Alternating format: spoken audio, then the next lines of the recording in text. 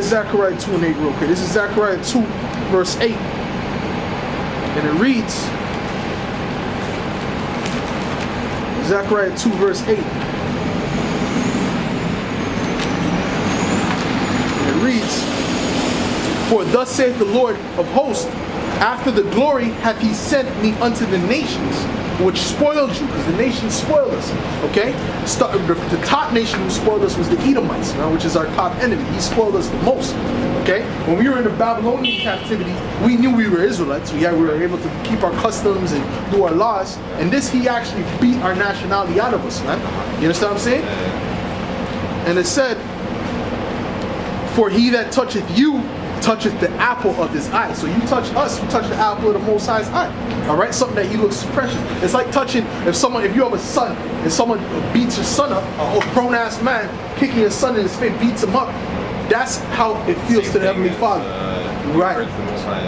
He wants justice for that, man. Right. He wants something to be done for that, and something will be done for that. All right, and I'm going to show you a piece of what's going to happen there. Isaiah 14.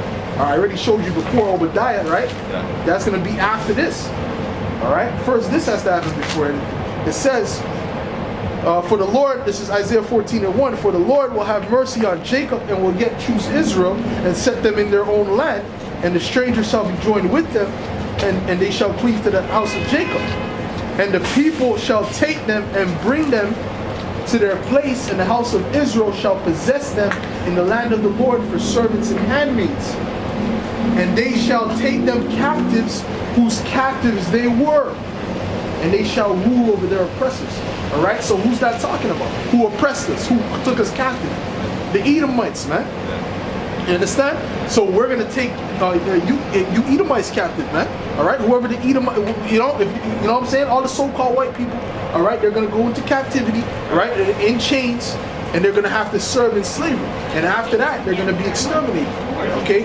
Pursuing Obadiah 1 and 18. This is how you put the pieces of the puzzle together, man.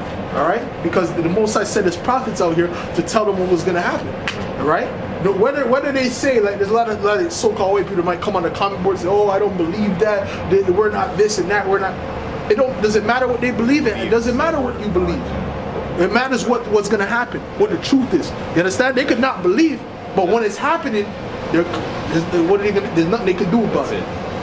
You understand? Like you said, if you're an Edomite, there's nothing I can do about it. Exactly, I'm going this way. It is what it is. If you are an Edomite, right. Okay, which that's up for that's to me, man. Yeah, but it's not up for it's not up to me either, right? I can't go off of how someone looks to say, oh, that's an Edomite. Because we have brothers in the camp that look just like you, that come from Turkey, that look like straight up Edomites. But through the Spirit, we know that they're Israelites. Because they connect with this word. And they believe on Yahweh Shem Yahweh Shai. So that's a spiritual thing. You understand? It's not based upon, you'll have Israelite groups that will base it just upon that. Right? So, oh, he looks like a so-called white man, so he's a so-called white person. Wait a minute, we ruled all of Europe. You understand what I'm trying to say to you? Yeah. I have the book in my bag of the coats of arms of Europe, which are all black people with crowns on their heads and all that. Yeah. Okay? Yeah, sure. Because we ruled Europe for 1,000 years. Yeah. So what did we do? We left our seed there. We had sex with those so-called white women, left our seed. And what happens? Our sons got lighter. Then after let's say my son, he gets lighter, he goes deals with a so-called white woman. Then after 2-3 generations, he's gonna you can't tell. Exactly. But genetically, imagine exactly. But it's not only genetically, but spiritually, it's an Israelite. You know what I'm trying to say? It's of my seed. Right. I don't care if he looks like Brad Pitt. Right. At the end of the day, if he goes through that line and it comes to my seed, that's my lineage. Right.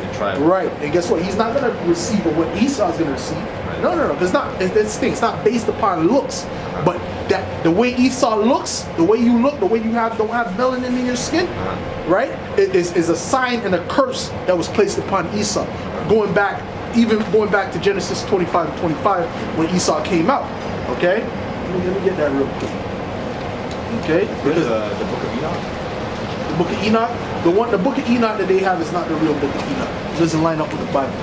Just like the book of Japhet is not the real book of Japhet because it doesn't line up with the Bible. All right, speaking about how Esau got into a fight with Nimrod.